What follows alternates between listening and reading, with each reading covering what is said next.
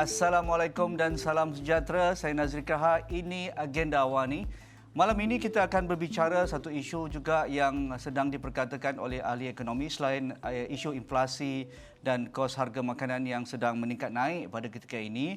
Tetapi malam ini kita fokus kepada langkah ataupun cadangan pihak kerajaan untuk memperkenalkan semula cukai GST, iaitu cukai yang pernah kita laksanakan beberapa tahun lalu tetapi sudah pun dimansuhkan, digantikan dengan cukai SST ketika pentadbiran Pakatan Harapan mengambil alih kerajaan pada 2018 atas dasar ataupun atas alasan Perdana Menteri mengatakan beberapa hari lalu bahawa untuk menampung kos pemberian subsidi kepada pihak rakyat kerana kenaikan kos hidup yang meningkat naik pada ketika ini dan pastinya kerajaan terhad pendapatan yang sedia ada dan dengan pemansuhan oleh GST sebelum ini dan diperkenalkan SST, kerajaan kehilangan pendapatan untuk negara adalah sekitar 20 bilion ringgit dan pastinya pengenalan semula GST ini sedikit sebanyak ada cushion ataupun sumber baru tambahan kepada pihak kerajaan. Tetapi ada juga di kalangan ekonomi melihat ini satu langkah yang tergesa-gesa dengan segala masalah dan isu yang sedang kita hadapi sekarang, inflasinya, kos barang naik dan sebagainya, dan pastinya apabila diperkenalkan GST akan berlaku sedikit kekalutan ataupun ketegangan dalam sistem ekonomi. Tetapi ramai juga yang beranggapan sudah sampai masanya diperkenalkan semula GST kerana sistem ini lebih menyeluruh, lebih inklusif, lebih adil. Kerana kalau kita tidak perlu barang yang tidak ada keperluan, kita tidak akan beli dan tidak akan kena cukai. Bagi mereka yang mampu, pastinya barangan yang diberikan akan dikenakan GST dari mula hinggalah ke akhir apabila kita membeli barangan ataupun perkhidmatan di atas rak. Jadi untuk melihat perkara ini kerana ada pro and cons-nya dan menarik juga kita angkat perbincangan ini di peringkat awal sebelum mungkin akan menjadi satu agenda besar pihak Kabinet. Profesor Madya Dr. Muhammad Yusof Syahri, seorang penganalisis ekonomi dan juga rakan saya yang sering bersama kami di Agenda Awani. Assalamualaikum Dok, apa khabar? Waalaikumsalam. Khabar baik ya, Tuan Haji. Terima Tuan Haji kasih. sihat, Semoga terus sihat, Dok, walaupun berada di rumah. Jadi dengan cadangan dan juga pengumuman pihak Perdana Menteri semalam dan beberapa hari lalu, jadi adakah pada ketika ini, pada pandangan secara peribadi dan juga secara umumnya, adakah pengenalan semula GST ini satu kewajaran yang utama perlu diberi perhatian oleh pihak kerajaan? Baik, Tuan Haji, terima kasih juga kerana beri ruang kepada saya daripada awal ini untuk membicarakan berkenaan dengan isu GST ini. Apabila saya mendengar Yang Amat Berhormat Perdana Menteri mengumumkan untuk reintroduction of GST ini, pengenalan semula GST ini, saya ingin terpanggil untuk menulis sebenarnya di kolom Awani, tapi alhamdulillah Awani panggil lebih awal, tak sempat saya nulis. Jadi saya lontarkan segalanya di sini. Baik ya, dari segi peribadinya saya mendapati bahawa ini adalah satu perkara yang baik bergerak ke hadapan. Pengenalan semula GST itu ada satu dari segi bila kita bicara ekonomi secara keseluruhannya, itu satu keadaan yang baik, yang baik yang saya sambut secara positif.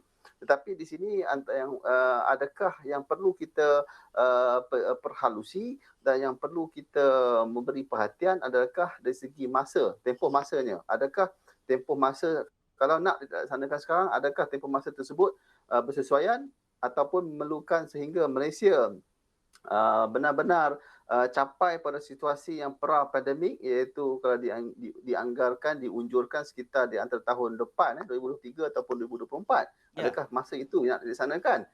Kerana ya Tuan Haji, untuk pengetahuan Tuan Haji juga dan pendengar juga, GST yang kita perkenalkan dahulu tu, GST 1.0 lagi kita boleh panggil di sini, sebenarnya nak diperkenalkan lebih awal dulu sebenarnya, tetapi dianjak sehinggalah diperkenalkan pada tahun 2000, saya tak ingat lah, 2000 yang 1.0 dahululah, 2017 atau 2016 dahulu. Itu maksudnya timing itu sangat penting. Mungkin kita boleh bincang nanti dari segi masa bila timing yang sesuai, tetapi dari segi bila kita bicara tentang GST, ia satu keadaan yang baik yang harus dipertimbangkan dan kewajarannya ada di situ. Dan dari segi ketersediaan, apabila kita bicara sama ada pihak berwajib yang menguruskan dan mengutip cukai GST ini tersedia atau tidak, pada pandangan saya mereka dah tersedia lama, kerana sistem GST 1.0 itu tidak dimusnahkan, masih ada. Cuma menunggu masa pada pandangan saya untuk ditekan button hijau tersebut ataupun button warna apa saya tak pasti untuk reactivated GST itu. Okey, menarik. Satu introduction secara umum, secara peribadi Dr. Yusof bersetuju, tetapi melihat pada kondisi dan juga keadaan ekonomi negara, adakah kita sudah mencapai tahap seperti pra-pandemik COVID-19? Tetapi dari aspek persediaan pihak yang berwajib, pastinya LHDN dan juga jabatan-jabatan yang terlibat itu, pastinya kita sedia maklum mereka memang sudah pun bersedia kerana formulanya, kerana sistemnya sudah ada, kita laksanakan sejak 2016 hinggalah dimasukkan pada 2018. Tetapi untuk kali ini, untuk yang dikatakan bersih 2.0 ini, ramai beranggapan ya kalau boleh dilaksanakan, tetapi tarifnya kuranglah daripada 6%. Mungkin boleh dimulakan dengan 3% ataupun 4%. Itu juga yang disokong oleh Persatuan Pengilang-Pengilang Malaysia. Tetapi dari sudut kajian penerimaan, bukan hanya syarikat, bukannya sahaja SME, tetapi rakyat keseluruhannya, bagaimana ia perlu diberikan satu pendekatan bahawa pandangan-pandangan ini juga perlu diambil kira, Dr. Yusof. Baik, soalan sangat baik Tuan Haji ya. Saya memang tunggu sangat soalan tu sebenarnya. Kerana seingat kita juga diawani pada ketika saat awal kerajaan memperkenalkan GST, kita banyak berdiskusi isu-isu ini ya.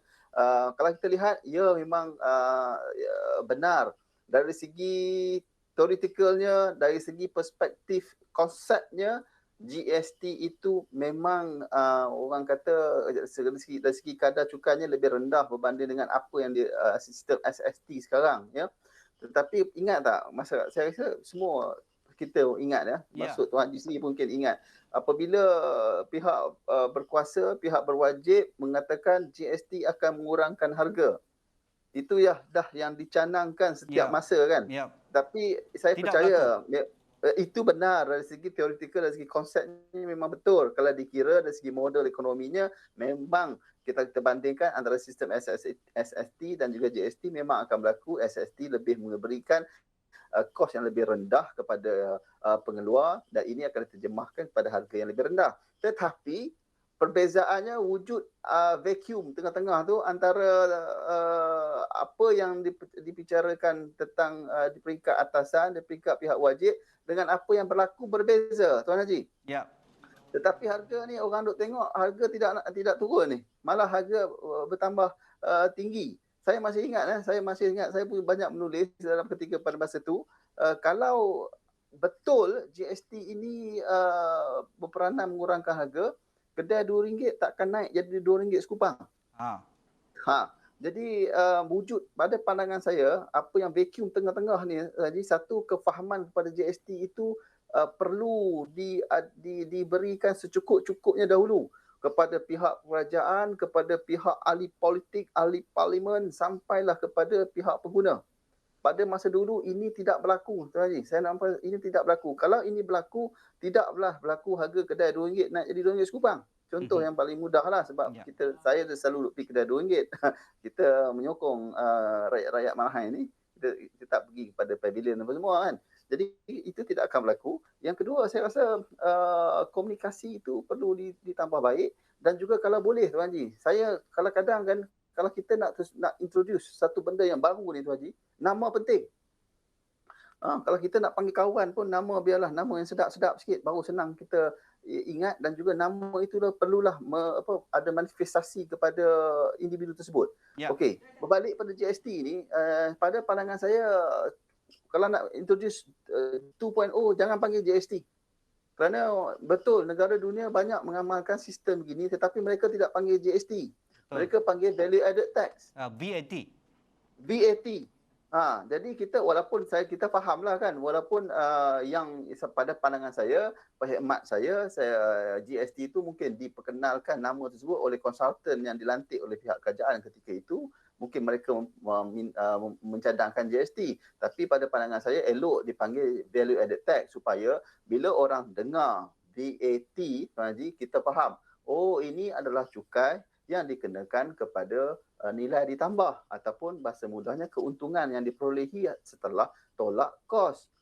Jadi ini yang menjadi percanggahan. Ada orang kata yang dia kata dia fahamnya GST ni harga asal, harga akhir tu. Maksudnya kalau jual RM2, 6% daripada RM2. Tidak, sebenarnya gitu. Kalau kita ambil contoh kedai RM2 Tuan Haji, kalau harga jualannya RM2 tetapi perbezaan antara dia beli kos dengan yang dijual katakan 50 sen. Maksudnya kat sini kos dia RM1.50, nanti dia jual 50 sen, dia jual RM2, jadi keuntungannya 50 sen. Jadi 50 sen daripada 6% bermaksud hanyalah dalam lebih kurang 5 sen, kalau tak sampai, kata silap saya. Lebih kurang 5 sen atau 3 sen, begitulah. Jadi tak akan sampai 10 sen. Itu yang pahaman perlu diterjemahkan. Itu yang pada pandangan saya, itu banyak sangat kekeliruan, ketidakfahaman yang berlaku dalam masyarakat. Jika nak dilaksanakan, contohnya Tuan Haji, kalau nak laksanakan setahun lagi daripada sekarang, maka pendidikan ke atas GST ataupun VAT ini perlu dibuat daripada sekarang, Tuan Haji. Okey, ramai juga beranggapan memang ramai pakar ekonomi, pakar pencukaian dan juga pakar fiskal ekonomi menganggap ini satu pencukaian yang menyeluruh, yang terbaik pernah dilakukan kebanyakan negara, apapun panggilannya, GST, VAT dan pelbagai lagi, memang di atas kertas memang cantik. Tetapi di Malaysia pernah dilaksanakan seperti Dr. Yusof katakan tadi, ada isu di lapangan kenapa harga tidak turun tetapi lebih naik. Begitu juga dari aspek pengulangan semula ataupun refund kepada syarikat mengambil masa yang amat lama antara 6 bulan ke 12 bulan hingga 1 tahun lebih pun masih tidak dapat refund. Jadi kos itu terpaksa diserap oleh pihak syarikat ataupun mereka yang terlibat dengan pelaksanaan GST. Tetapi sebelum itu, sebelum kita nak perkenalkan ini, pastinya adakah itu satu-satunya option pihak kerajaan? Kalau ditanya saya berkenaan soalan tersebut, percukaian ini tidaklah semata-mata dari segi hasil kepada kerajaan itu tidaklah semata-mata bergantung kepada cukai yang dikutip sama ada sistem SST ataupun GST. Ya. Kita perlu kreatif dan inovatif dalam mencari hasil dan juga dalam bersama untuk meningkatkan pendapatan rakyatlah keseluruhannya. Ya. Jadi ada banyak kaedah yang boleh kita pertimbangkan. Sama ada kita mempertimbangkan kaedahnya, kita faham sebelum tu cerita sikit, kita faham bahawa cukai ini digunakan untuk pembangunan negeri, pembangunan negara. Banyakkan ada pelaburan, kerajaan hasil tu kerajaan laburkan semula untuk pembangunan negara. Jika kerajaan menghadapi contohnya kekangan perbelanjaan, mungkin satu kaedah lagi, ada at least beberapa kaedah yang ada. Mungkin yang pertama adalah kaedahnya kerajaan menggunakan pendekatan biar rakyat asing contohnya yang beri ruang kepada rakyat asing pada sektor ataupun pada kaedah pada bidang tertentu untuk membiayai pembangunan di Malaysia contohnya. Ini akan mengurangkan perbelanjaan dan juga tanggungjawab kerajaan, tekanan kepada perbelanjaan pembangunan kerajaan. Ya. Yang kedua, kalau kita nak tingkatkan pendapatan juga, kita perlu galakkan lebih banyak ekspor ni. Kerana banyaknya ekspor, banyaknya barang yang kita ekspor ini bermakna bahawa kita dapat dalam bentuk tukaran asing, dan tukaran asing itulah yang kita dapat membiayai pembangunan dalam negara. Itu kita tak berbicara, itu adalah instrumen yang bukan cukai. Kalau kita nak gunakan instrumen cukai juga, ada juga banyak pilihan lain selain GST mungkin dipertimbangkan. Contohnya dalam keadaan sekarang ini, apabila kita bicara tentang ekonomi digital, ya, ini memberi ruang kepada pengenalan cukai baharu yang kerajaan boleh perkenalkan. Mungkin dalam masa sama juga kerajaan boleh memperkenalkan cukai-cukai bagi yang aktiviti yang kita panggil shadow ekonomi ataupun aktiviti yang ekonomi bayangan, yang ekonomi bersifat underground ni, yang boleh juga dijana menjadi pendapatan tambahan kepada rakyat atau pada kerajaan pada masa ini. Jadi itu memerlukan at least kekurangan ada dua perkara lah secara keseluruhannya. Satu, yang pertama, mencari sumber baharu selain GST. Ya. Yang kedua adalah mencari pendekatan yang strategik dengan yang mana pembangunan Malaysia, pembangunan ekonomi kita dijana ataupun di sebahagian besarnya disokong oleh pihak luar.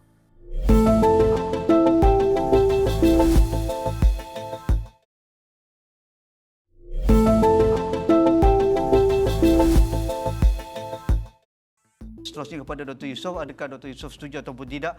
Mengapa tidak kita kenakan cukai untuk orang-orang kaya? Itu satu. Dan keduanya, sumber cukai juga, cukai windfall untuk syarikat-syarikat yang mendapat atau menjana pendapatan luar biasa. Sama ada pada ketika ini ataupun ketika pandemik hari itu, komoditi mereka, pengeluaran mereka mendapat sambutan yang begitu menggalakkan dan akhirnya mendapat untung berbilion-bilion ringgit misalnya. Adakah wajar syarikat ini diberikan cukai, dikenakan cukai keuntungan luar biasa? Kalau itu boleh dilakukan ataupun tidak kondusif pada ketika ini, Dr. Yusof? Berkenaan dengan cukai windfall yang baru dilaksanakan oleh kerajaan, saya secara prinsipnya saya menyokong itu. Saya ada menulis juga dalam dalam artikel newspaper, saya panggil the winner should not take all, dan the loser should not take small masa tu ya. Apa yang saya nak sampaikan adalah windfall itu adalah satu perkara yang boleh menjana kerana mereka membuat untungan yang berlipat kali ganda kan. Jadi bagi dalam situasi unprecedented ini, satu luar biasa, maka bolehlah diperkenalkan, boleh mereka ni sebagai tanggungjawab mereka kepada negara dan tanggungjawab mereka kepada sosial, mereka boleh kerajaan boleh memperkenalkan atau mengenakan cukai windfall tersebut ya. Ini adalah satu lagi yang soalan yang Tuan Haji bangkitkan dari berkaitan dengan cukai daripada orang kaya. Memang benar kalau kita lihat GST itu, kalau kita lihat dari perspektif GST dulu ya Tuan Haji, dikatakan dapat mengutip sedikit sebahagian daripada pendapatan mereka yang kaya kerana mereka produk-produk yang bukan dikategorikan sebagai keperluan akan dikenakan cukai GST. Jadi contohnya hiburan, pelancongan apa semua. Jadi mereka yang mempunyai pendapatan tinggi dan banyak menggunakan ke arah produk ini akan dikenakan cukai. Tapi pada pandangan saya mungkin ada kaedah lain ya yang boleh lagi lebih baik untuk dipertimbangkan bagi memastikan bagaimana orang yang berpendapatan tinggi ini dapat membantu mereka yang memerlukan, dapat membantu negara dan juga sama membantu rakyat. Tetapi kalau saya nak hujahkan sedikit yang pendekatan yang saya pernah cadangkan dulu di Awani, saya tak ingat di program apa Tuan Haji, lama dulu, rasanya masa tu mungkin dalam belanjawan kalau tak silap saya ya, 2-3 tahun lepas, lama. Soalan ini juga dibangkitkan ya. Kadang-kadang kita lihat bahawa mungkin ada orang kaya ingin menyumbang Tuan Haji kepada negara dengan melalui pemotongan cukai, tetapi mereka mungkin ada sanksi begini, adakah ke manakah perbelanjaan mereka, cukai wang mereka itu digunakan. Mereka tidak dapat nak tentukan ke mana arah tujunya. Jika pada pandangan saya, kalau kita menggunakan kaedah transparansi yang lebih sedikit, mana orang kaya, orang yang berpendapatan tinggi, kita cukai mereka lebih, tapi mereka diberi dijelaskan ke manakah sumbangan mereka, potongan mereka, kepada mana mereka pergi. Jadi mereka dapat, ini akan membantu mereka dari segi prinsip, dari segi intrinsiknya, akan memberi lebih sesuatu kepuasan kepada mereka. Jadi kalau sekarang ni sistem dia tadi, daripada orang yang kena cukai pergi pada kerajaan dulu kan, lepas tu kerajaan lah akan menggunakan kepada nak transfer balik ke, nak buat wayang pindahan ke, nak gunakan untuk projek-projek lain, bergantung kepada kerajaan. Tapi kalau saya ingat, kalau kita ada satu perkara secara inovatif yang kita boleh fikirkan ya di sini Tuan Haji, yang mana kita satu kaedah yang saya pernah cadangkan juga, terutamanya pada syarikat-syarikat besar, yang mana syarikat-syarikat ni membuat keuntungan dan kadang-kadang mereka ni kurang untuk mendapatkan cenderung untuk membayar cukai ataupun cuba mengelak untuk bayar cukai ke. Contoh ya, ini hanya contoh, hanya sekadar hypothetical example kat sini. Jadi kalau kita boleh perkenalkan program, contohnya daripada cukai keuntungan mereka tu Tuan Haji, mereka, kerajaan kata you tak perlu bayar kepada cukai kerajaan, tetapi mungkin sebahagian besarnya gunakan semula untuk mencipta lebih banyak usahawan, contohnya ataupun menggaji lebih banyak pekerja, membayar upah pekerja yang lebih tinggi ke, ataupun kaedah-kaedah yang kita panggil untuk mengembangkan kek kita, Tuan Haji. Ah. Jadi mereka ini menjadi satu juga membantu untuk mengembangkan kek kerajaan dan bersama-sama akan memberi balik pulangan kepada mereka. Apabila ekonomi bertambah besar, jadi mereka juga akan mendapat manfaat dari situ. Jadi kalau kita boleh perkenalkan program-program yang macam ni, saya kira mungkin kita akan lebih nampak instrumen cukai itu dapat betul-betul memberi impak langsung pada ekonomi ini. Ya, ketika ini sumber kerajaan yang utama adalah dividen yang dibayar oleh pihak Petronas kepada pihak kerajaan, dan kebetulanlah harga minyak melambung naik pada ketika ini dengan apa juga isu global yang sedang melanda dunia pada ketika ini. Tak apalah, tapi selama ini pun inilah sumber utama negara, sumber utama kerajaan untuk menampung perbelanjaan semualah, termasuk menampung subsidi kepada rakyat yang memerlukan. Berkaitan dengan ketelusan, berkaitan dengan governance, berkaitan dengan subsidi, ramai beranggapan betul mungkin syarikat-syarikat yang besar mendapat untung berlipat kali ganda ingin menyumbang kepada pihak kerajaan ataupun membiayai sebahagian perancangan kerajaan seperti mana yang dicadangkan oleh Dr. Yusof, tetapi mereka ada rasa sangsi. Misalnya dalam hal perbelanjaan kerajaan, dalam yang projek-projek yang sedia ada pun, kita tahu kalau subsidi pun kita lihat tidak sampai ke kelompok yang disasarkan. Kedua, perbelanjaan yang masih boros dan juga ketirisan berlaku. Kalau ia boleh sampai kepada projek yang sepatutnya belanja 1 juta tetapi belanja dengan peruntukan kerajaan hampir 10 juta ataupun 20 juta. Jadi kesemuanya ini penting, matters kepada mereka yang berada di luar untuk menjadi satu warga yang benar-benar ingin bersama dengan pihak kerajaan. Jadi selain daripada memperkenalkan GST, adakah kita sudah melakukan semuanya ini untuk memastikan tiada ketirisan ataupun kurang ketirisan, tidak berlakunya pemborosan dalam pembelanjaan hal-hal yang tidak penting pada ketika ini, misalnya Dr. Yusof? Tuan Haji, pada pandangan saya, GST ini diperkenalkan asasnya, ini hanya pandangan peribadi saya, mungkin saya silap. GST ini diperkenalkan nampaknya tujuannya untuk meningkatkan pendapatan hasil kerajaan semata-mata pada ketika ini.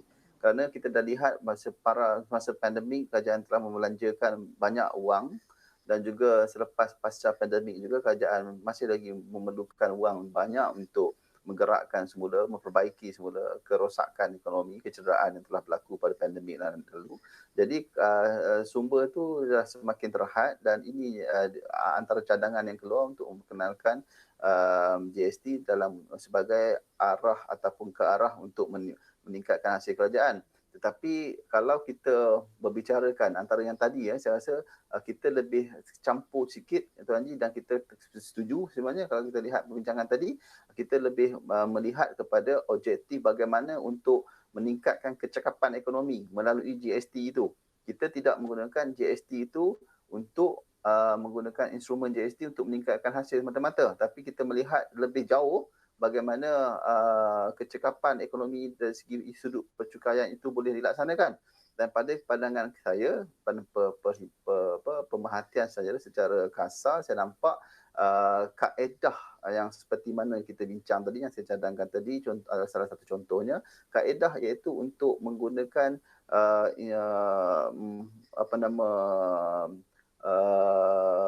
cukai yang melibatkan pihak swasta sebagai bersama-sama pihak kerajaan membangunkan ekonomi negara, itu tidak diberi perhatian. Mungkin kita harap di masa akan datang apabila ekonomi telah kembali baik, perkara ini boleh dilaksanakan, atau mungkin boleh buat percubaan ketika masa sekarang ni pun boleh buat percubaan, kerana kita dah tahu seperti yang kita bincangkan di awal tadi, Tuan Haji, ada yang syarikat yang membuat keuntungan luar biasa. Jadi bagaimana kaedah syarikat yang buat keuntungan luar biasa ini, mereka instead of mereka bagi selungguk kepada pihak kerajaan, mungkin kerajaan berbincang dengan mereka dengan kaedahnya, sebahagiannya mungkin mereka bantu kerajaan secara langsung bangunkan ekonomi kita, dan kita perlu lihat daripada sumbangan mereka tadi bagaimana peranan mereka tadi, sebab mereka ni dah mendapat keuntungan luar biasa, dapat pulihkan ekonomi semula, dapat merancakkan ekonomi semula, dan yang mana akan hasilnya nanti dari kerancakan ekonomi itu akan mendapat semula keuntungan dan hasil kepada kerajaan, dan mereka juga akan bertambah untung di masa depan. Okey, akhir sekali, dari aspek untuk menampung sumber subsidi, perbelanjaan kerajaan untuk subsidi ini dianggap sebagai alasan utama juga pihak kerajaan untuk memperkenalkan semula GST. Tetapi kita tahu GST ini subsidi ini terlampau banyak dari semua sektor lah, bukan hanya pada petrol, bukan hanya kepada ayam pada ketika ini, bukan hanya kepada barang-barangan yang dikawal harga shilling dan sebagainya. Dr. Yusof, adakah kita sudah melakukan reformasi menyeluruh ataupun kita tidak ada political will dalam hal menyelaraskan semula bagaimana subsidi ini boleh sampai kepada sasarannya? Kelompok yang tertentu yang benar-benar layak mendapat subsidi, inilah perbelanjaan kerajaan perlu disalurkan. Kalau kita nak berbicara tentang subsidi, reformasi subsidi ataupun transformasi subsidi ini, saya nampak lagi masih jauh lagi lah. Kita masih lagi tidak mampu bergerak ke depan dengan kata membuat betul-betul reformasi subsidi ini supaya memastikan kecekapan. Kerana masalah subsidi ini adalah apabila ada subsidi kita berikan kepada sektor-sektor dalam ekonomi, ia tidak bermakna bahawa sektor-sektor ekonomi itu tidak berfungsi secara optimal. Jadi apabila kita kurangkan subsidi tersebut. Tapi dan kita lihat sekarang ni rasionalisasi subsidi itu hanya tertumpu pada produk-produk tertentu, terutamanya kita lihat sekarang adalah harga minyak lah, tapi yang lain kita tidak lihat, ya. Jadi pada pandangan saya, dalam contoh kes ayam pun kita terlihat bagaimana subsidi itu seolah macam tidak berfungsi. Ini menyebabkan harga ayam terpaksa diapungkan semula. Perkara-perkara itu yang menyebabkan pada pandangan saya kita perlu lihat semula. Dan ini memerlukan memang political will yang kuat, betul-betul kuat untuk mengubah keadaan ini. Kerana kita pernah bercerita dah lama saya kira untuk buang mentaliti subsidi ini. Ya.